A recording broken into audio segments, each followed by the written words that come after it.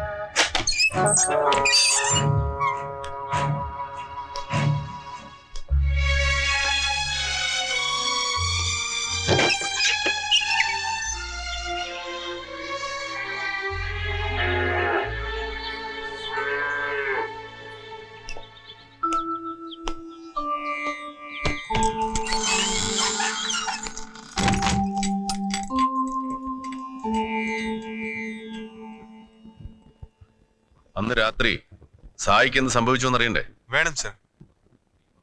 ഒരിക്കൽ കൂടി ഒരു 10 മിനിറ്റ് ഈ മുറിയിൽ തനിച്ച് കഴിയാൻ സാധിച്ചാൽ അത് മനസ്സിലാവും. ധൈര്യമായിട്ട് പോകും. പേടിയാണോ? Sorry sir. ചാക്കോ, ശങ്കരേട്ടാ,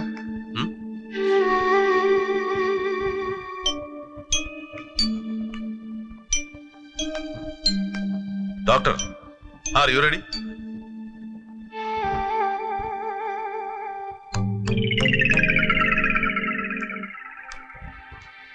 ദേവസ്വം എന്ത് പറയുന്നു? നോക്കുന്നോ? അപ്പൊ ഒരു 10 മിനിറ്റ് നേരം ആ മുറിയിൽ ഒറ്റക്കിരിക്കാൻ ധൈര്യമുള്ളവരാരും ഈ കൂട്ടത്തിലില്ല.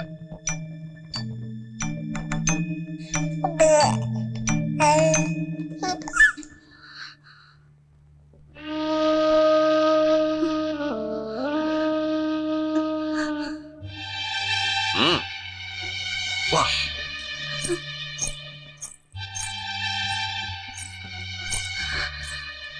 ആ കുഞ്ഞിനെന്ത് ധൈര്യമാ കുടുംബ ഇവിടെ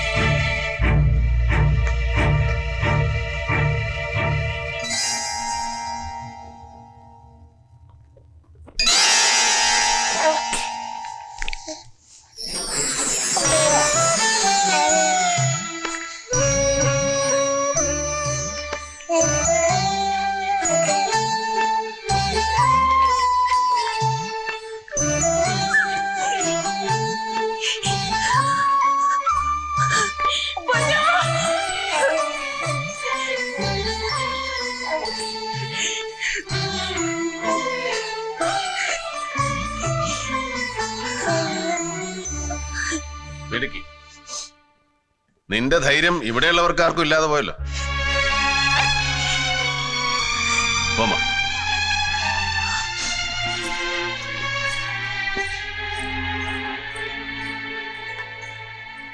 ഈ സംഭവത്തിൽ നിന്ന് സായിക്ക് എന്തെങ്കിലും മനസ്സിലായോ? ഇല്ല sir. Then it needs explanation. Sai ഇതിനു മുമ്പ് പ്രേതത്തെ കണ്ടിട്ടുണ്ടോ? അല്ലെങ്കിൽ ഏതെങ്കിലും സൂപ്പർ നാച്ചുറലിന്റെ അനുഭവം ഉണ്ടായിട്ടുണ്ടോ? ഇല്ല സർ. പിന്നെ ഒരിക്കലും കാണാത്തതോ മനസ്സിലാക്കാത്തതോ ആയ ഒന്നിനെ എങ്ങനെ തോൽപ്പിക്കും? സായി എന്ന് തോൽപ്പിക്കാൻ ശ്രമിച്ചത് സായിയുടെ മനസ്സിന്റെ അടിത്തട്ടിലുള്ള ഭൂതപ്രേതാദികളെ കുറിച്ചുള്ള ഓർമ്മകളെയും ഭയങ്ങളെയും. ഈ മുറിയെന്ന് വേണ്ട, ജസ്റ്റ് എനി റൂം. നമ്മൾ സ്ഥിരമായി കിടന്നുറങ്ങുന്ന ബെഡ്റൂമിനെ ചൂണ്ടി കാപ്പറയെ പോലൊരാൾ ഈ രാത്രി ഈ മുറിയിൽ ഒറ്റയ്ക്ക് കഴിയാമോ എന്ന് ചോദിച്ചാൽ ആരായാലും ഒന്ന് ഞെട്ടും. പിന്നെയല്ലേ ഭൂതപ്രേതാദികളുടെ ആവാസ സ്ഥലമെന്ന് ഈ വീട്ടുകാർ തന്നെ പ്രചരിപ്പിച്ചിരിക്കുന്ന ആ മുറി ചെന്ന് കിടക്കുന്നത്. കിടുകിടയല്ല, അടിമുടി വരയ്ക്കും. ഒരു ചാലഞ്ചിനും ആ ഭയത്തെ കീഴ്പ്പെടുത്താൻ പറ്റില്ല. മുറിയിൽ കിടന്നതും സായി സംഭരിച്ചു വെച്ച ധൈര്യം എല്ലാം ചോർന്നുപോയി. ഭയം നിങ്ങളെ കീഴടക്കി. പിന്നെ ഒരൊറ്റ ചിന്തയുള്ളൂ, എങ്ങനെയെങ്കിലും രക്ഷപ്പെടുക. ഒച്ച വെച്ച ആളെ കൂട്ടാനോ വന്ന വാതിലൂടെ പുറത്തു പോകാനോ അഭിമാനമുള്ള നിങ്ങളുടെ ബോധമെന്ന് സമ്മതിച്ചില്ല. പക്ഷെ അകത്തൊട്ട് നിൽക്കാനും വയ്യ. You are in a self hypnotizing stage. പിന്നെ നിങ്ങളെ നിയന്ത്രിച്ചത് മുഴുവൻ നിങ്ങളുടെ ഉപബോധ മനസ്സാണ്. അതുകൊണ്ടാണ് മുറിയിൽ നിന്ന് രക്ഷപ്പെട്ടതും തൊഴുത്തിൽ പോയി കിടന്നതൊന്നും നിങ്ങളുടെ ബോധ മനസ്സ് ഓർക്കാത്തത്. സായി എന്ന് രക്ഷപ്പെട്ടത് എങ്ങനെയാണെന്ന് അറിയണ്ടേ? കം.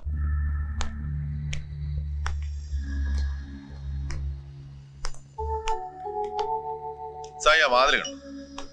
Yes sir. ആ വാതിൽ തുറന്നതായിട്ട് ഓർക്കുന്നുണ്ടോ? ഇല്ല. ഈ വാതിൽ തുറന്നാണ് സായി എന്ന് പുറത്തേക്ക് പോയത്. ഒരു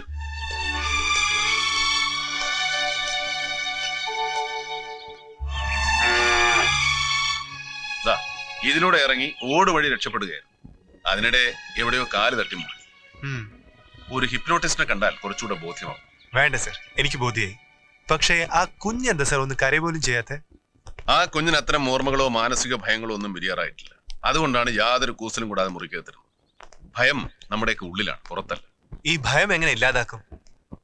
ഭയത്തെ മനസ്സിലാക്കണം, നിരീക്ഷിക്കണം. ഭയത്തിൽ നിന്നൊരിക്കലും ഒളിച്ചോടരുത്. അനുസരിക്കുകയും വരും. ശ്രദ്ധിക്കുക, ജസ്റ്റ് ഒബ്സർവ് ഇറ്റ്. അന്ന് ആ പൂജാമുറിക്കകത്ത് ഒരു മൂല നോക്കി നായ വല്ലാതെ ഓളിയിട്ടു. ആ മൂല നോക്കി തന്നെ സാറും കാപ്പറും എന്തോ കണ്ട് ഭയന്ന് മാറിയതുപോലെ തോന്നി. അതിന് കാരണം എന്താ?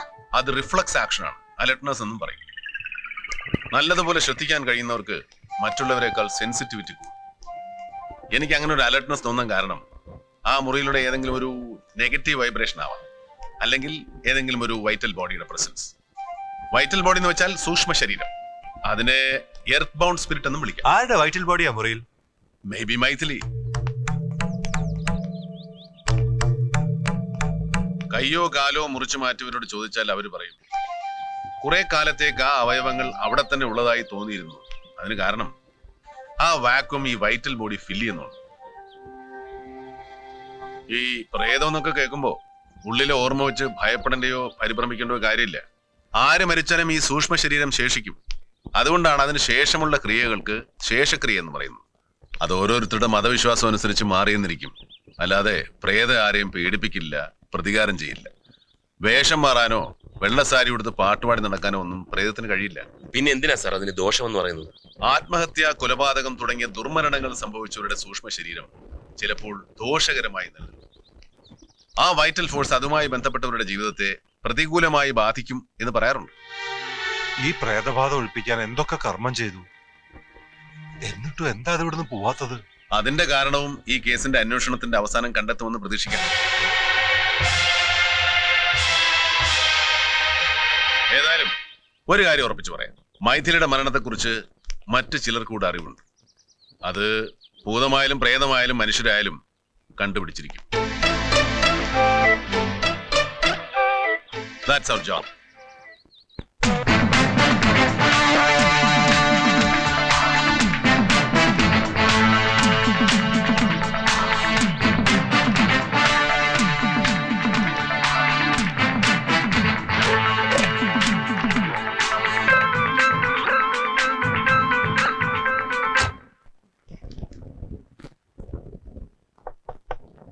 Yes, come in. Good morning sir. Morning. അല്ല, വേറൊരാൾ കൂടി ഉണ്ടെന്ന് പറഞ്ഞിട്ട്? വാ. വരൂ ലക്ഷ്മി. ആ, sit down. ഇതാണല്ലേ രശ്മി? അതെ. ഇരിക്കെ. CBI എന്നൊക്കെ പറഞ്ഞപ്പോ രശ്മിക്ക് ആകെ പരിഭ്രമം. കൂട്ടത്തിൽ മന്ത്രവാദിയാണെന്ന് കൂടെ പറഞ്ഞു കാണും.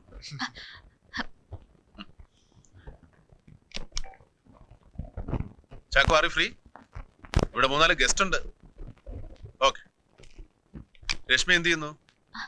രശ്മിയുടെ വിവാഹം കഴിഞ്ഞു. സെറ്റിൽഡ് തൃശ്ശൂർ. രണ്ടുപേർക്കും ജോലിയുണ്ട്.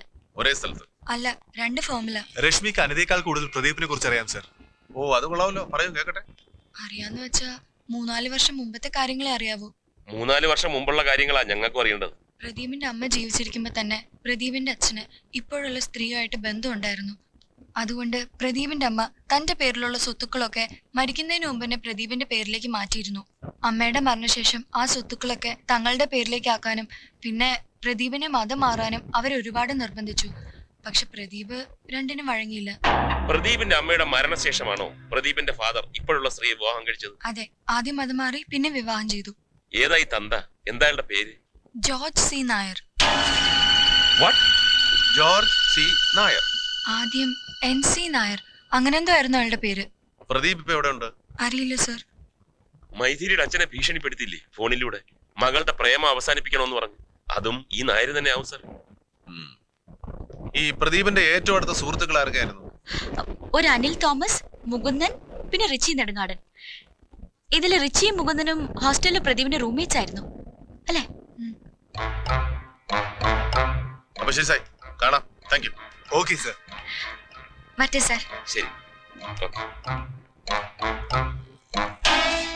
മകനിപ്പോ ഒന്നുകിൽ അച്ഛന്റെ കസ്റ്റഡിയിൽ, അല്ലെങ്കിൽ anyway I have a doubt. ഈ ജോർജ് ചക്കാലക്കൽ കൺവെർട്ട് നായരെ എമർജൻസി ആയിട്ട് ഒന്ന് കാണേണ്ടിയിരിക്കും. അതുവഴി വേണം പ്രദീപിലേക്ക് എത്താൻ. ഒപ്പം പ്രദീപിന്റെ friends Anil Thomas, Mukundan, Richie Nedungadan. You wait there, I'm coming.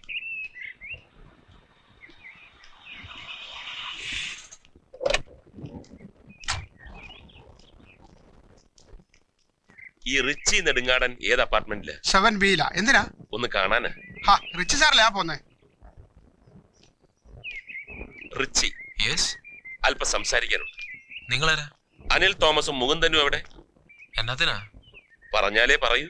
ഓ, അവന്മാരൊക്കെ പല സ്ഥലത്താ. ഒത്തിരി ബുദ്ധിമുട്ടാന്നേ കണ്ടുപിടിക്കാൻ. ഒത്തിരി ഞാനങ്ങ് ബുദ്ധിമുട്ടിക്കൊള്ളാം. ഇയാള് വണ്ടിയിലോട്ട് കയറും. നിങ്ങളാരാ? ഓ, ഐ എം സോറി.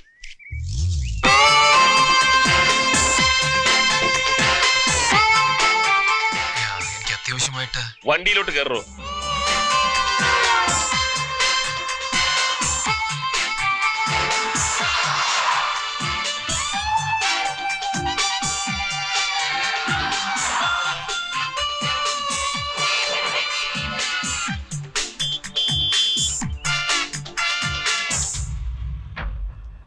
പ്രദീപിനെ കുറിച്ച് എന്തേലും കേട്ടിട്ട് 4 വർഷത്തോളമായി സർ.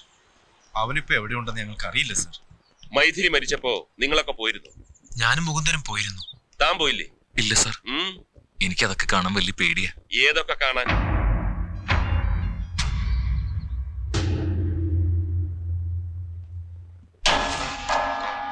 ചോദിച്ചത് കേട്ടില്ലേ? ഏതൊക്കെ കാണാൻ?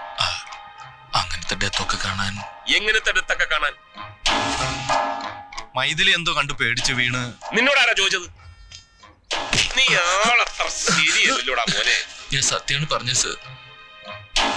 നിങ്ങൾ പ്രദീപിനൊപ്പമാണോ പോയത്? പ്രദീപ് വന്നില്ല സർ. കാരണം? അവന് തീരെ സുഖമില്ലായിരുന്നു. എന്നിട്ടും അവൻ വാശി പിടിച്ചു ഒപ്പം വരാൻ. ഞങ്ങളാണ് നിർബന്ധിച്ച് അവനോട് വരണ്ടെന്ന്. ആ അവസ്ഥയിൽ അവൻ വന്നു കഴിഞ്ഞാൽ അവിടെ ആകെ പ്രശ്നമാവും സർ. ഇത്രയൊക്കെ അടുത്തൊരു സുഹൃത്ത് കഴിഞ്ഞ 4 വർഷമായിട്ട് എവിടെയാണെന്ന് അറിയില്ലല്ലേ? സത്യം അറിയില്ല സർ. ഇന്നല്ലെങ്കിൽ നാളെ പ്രദീപിനെ ഞങ്ങൾ കണ്ടുപിടിക്കും. പിന്നീട് ഇപ്പൊ പറഞ്ഞ എന്തെങ്കിലും മാറ്റി പറയേണ്ടി വന്നാൽ തീരുമാനിച്ചോ, യു ആർ ബുക്ക്ഡ്.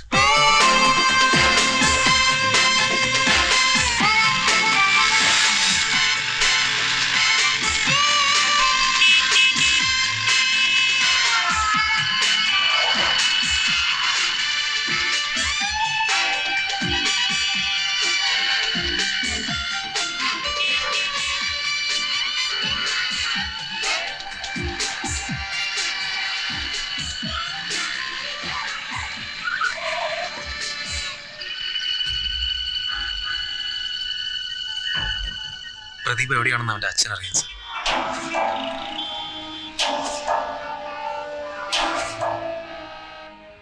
കുറച്ച് വയ്ക്കുള്ളൂ.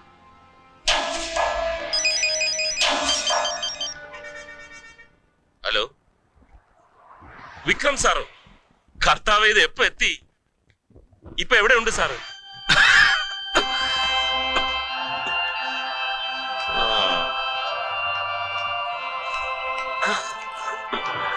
ഈശോമിശിഹായ്ക്ക് സ്തുതിയായിരിക്കട്ടെ. ഇപ്പോഴെപ്പോഴും സ്തുതിയായിരിക്കട്ടെ. ഇപ്പോഴെപ്പോഴും സ്തുതിയായിരിക്കട്ടെ. ഞാൻ ഫാദർ പുലിക്കോട്ടിൽ. ഞാൻ ജോർജ് സി നായരി. ഓ ഇതെന്റെ ഭാര്യ എലിസബത്ത്. പള്ളിയിലിട്ടിരിക്കുന്ന എലിയമ്മേനെ. ഓ അച്ഛനകത്തേക്ക് വന്നാട്ടെ. സൂക്ഷിച്ച്. ക്രിസ്ത്യൻ ലിറ്ററേച്ചർ മൂവ്മെന്റ്, ക്രിസ്ത്യൻ സാഹിത്യ പ്രവർത്തനം. അച്ഛനിരിക്കൂ. ഞാൻ ഇരിക്കാം. ഒരു അഖിലേന്ത്യാ സംവിധാനമാണ്. നേരിട്ട് ബോപ്പിന്റെ കീഴിൽ ഫാദർ പുലിക്കോട്ടിൽ അതിന്റെ ചുമതലക്കാരൻ. എന്തോന്നെ? മിസ്റ്റർ ജോർജ് സി നായരുടെ ഇടത് കൈ ഏതാ? ഇതല്ല. അപ്പൊ ഇത് വലത് കൈ. ആ. ഈ കൈ കൊണ്ട് പേന പിടിച്ചല്ലേ ഈ പുസ്തകങ്ങളൊക്കെ എഴുതിയത്. എന്തൊരു രചനാ പാടവം കുഞ്ഞാടെ. അയ്യോ, അതൊന്നും അച്ചായൻ എഴുതിയതല്ല അല്ലേ അച്ചായ? മനസ്സിലായി. ആദ്യം ആരെങ്കിലും കുത്തിയിരുന്ന് എഴുതിയാലല്ലേ പ്രിന്റ് ചെയ്യാൻ പറ്റൂ. കഷ്ടപ്പെട്ട് ഒരുപാട് എഴുതിയ കൈ. ഞാനൊന്ന് മുത്തിക്കോട്ടെ. ഓ, വീണ്ടും ഇടത് കൈ. കർത്താവേ, ഇനി എന്നാണാവോ സ്വന്തം പേരിൽ 4 അക്ഷരം എഴുതി 4 ആൾ അറിയാൻ? കാൽവരിയിലെ സംഗീതം, പുണ്യസ്പർശം എല്ലാം ജോർജ് സി നായർ എഴുതിയത്. നാഥ നിന്റെ വരവിനായി ജെറുസലേം വിളിക്കുന്നു. വൈഭവം, എന്തൊരു വൈഭവം വേണം ഇങ്ങനെ എഴുതാൻ. ക്രിസ്ത്യാനിയായ ഒരാൾ പോലും ഇതുപോലെ എഴുതില്ല. അങ്ങനെയുള്ളപ്പോ അന്യമത വിശ്വാസിയായിരുന്ന താങ്കൾ കർത്താവിൽ ആകൃഷ്ടനായി സത്യവിശ്വാസിയായി. തുടർന്നുള്ള ജ്ഞാനപ്രവാഹങ്ങളല്ലേ ഈ പുസ്തകങ്ങൾ. കുഞ്ഞാടെ, നീ ഒരു ജീനിയസ് ആകുന്നു. അച്ഛനെന്നെ വല്ലാതെ പുകഴ്ത്തുന്നു. പുകഴ്ത്തും. യോഗ്യത ഉള്ളത് കൊണ്ട് തന്നെയാ പുകഴ്ത്തുന്നത്. ഇനിയും പുകഴ്ത്തും. ഈ പുസ്തകങ്ങൾ സോഷ്യൽ ലിറ്ററേച്ചറോ നോവലുകളോ ആയിരുന്നെങ്കിൽ ഏതൊക്കെ പുരസ്കാരങ്ങൾ മിസ്റ്റർ ജോർജ് സി നായരെ തേടി വരികയില്ല. ഫെലോഷിപ്പ് വരെ വരും. അതിനെ പറ്റി സാധനങ്ങൾ ഞാൻ എഴുതിയിട്ടുണ്ട്. അർദ്ധരാത്രിയിൽ മണിയറയിലെ കൊലപാതകം. ഡിക്റ്റേറ്റീവാ. അർദ്ധരാത്രിയല്ല, ആദ്യ രാത്രി. രണ്ടും ഒന്ന് തന്നെയാ. രാത്രിയല്ലേ? ഇടിപറ്റിയവനെ പാമ്പ് കടി. ഇതൊരു ട്രൂ സ്റ്റോറിയാ. നേരും നെറിവും പിന്നെ ഞാനും. അത് ആത്മകഥാ പഠനം. കരുണൻ എവിടെ? അച്ഛനറിയില്ല. അയ്യോ, അതൊരു യാത്രാ വിവരണമാണ്. കരുണൻ എവിടെയെന്ന് ആർക്കും അറിയില്ല. എനിക്കും. അകത്തിട്ടടച്ച മുട്ടനാടേതാ? അത് ഏലിയമ്മയുടെ തലക്ക് സ്ഥിരമില്ലാത്തൊരു വല്യപ്പനാ. ഏലിയമ്മേ, തോമസ് കുട്ടിയുടെ ഓഫർ എന്താണെന്ന് അച്ഛനോടൊന്ന് പറഞ്ഞേ. ആരാ തോമസ് കുട്ടി? തോമസ് കുട്ടി ഇവിടുത്തെ MP അല്ലയോ? ഈ പുസ്തകങ്ങളൊക്കെ തോമസ് കുട്ടിക്ക് കാണാൻ പാടാ. എന്നിട്ടും ജീവിച്ചിരിപ്പുണ്ടോ? പിന്നെ എന്തായിരുന്നു തോമസ് കുട്ടിയുടെ ഓഫർ? എന്താ ഇതിന് പേര്? ആന, പിണ്ടം. എന്റെ നാക്കിന്റെ അകത്തിരിക്കുന്നു. ഈ എംടിക്കും തകഴിക്കും കിട്ടിയിട്ടുള്ള സാധനം. ജ്ഞാനപീഠം. അത് തന്നെ. അതൊരെണ്ണം സംഘടിപ്പിച്ചു തരാന്ന് പറഞ്ഞപ്പോ ഞാൻ പറഞ്ഞു വേണ്ടാന്ന്. അച്ഛനല്ല, ജോർജ് സി നായർ പറഞ്ഞു വേണ്ടാന്ന്. അതൊക്കെ കിട്ടിയാലേ അഹങ്കാരം കൂടും. ഇപ്പോഴും അതിച്ചിരി കൂടുതലാ. പക്ഷേ തോമസ് കുട്ടി വിട്ടില്ല. 10 രൂപയുടെ റവന്യൂ സ്റ്റാമ്പ് ഒട്ടിച്ച് അപേക്ഷയായി ഡൽഹിക്ക് പോയിരിക്കുക. നേരോ? ഭാഗ്യവാൻ. അതങ്ങ് ഡൽഹി കിട്ടിയിട്ട് വേണം മറക്കിട്ടെടുക്കാൻ. ഉടനെ കിട്ടും.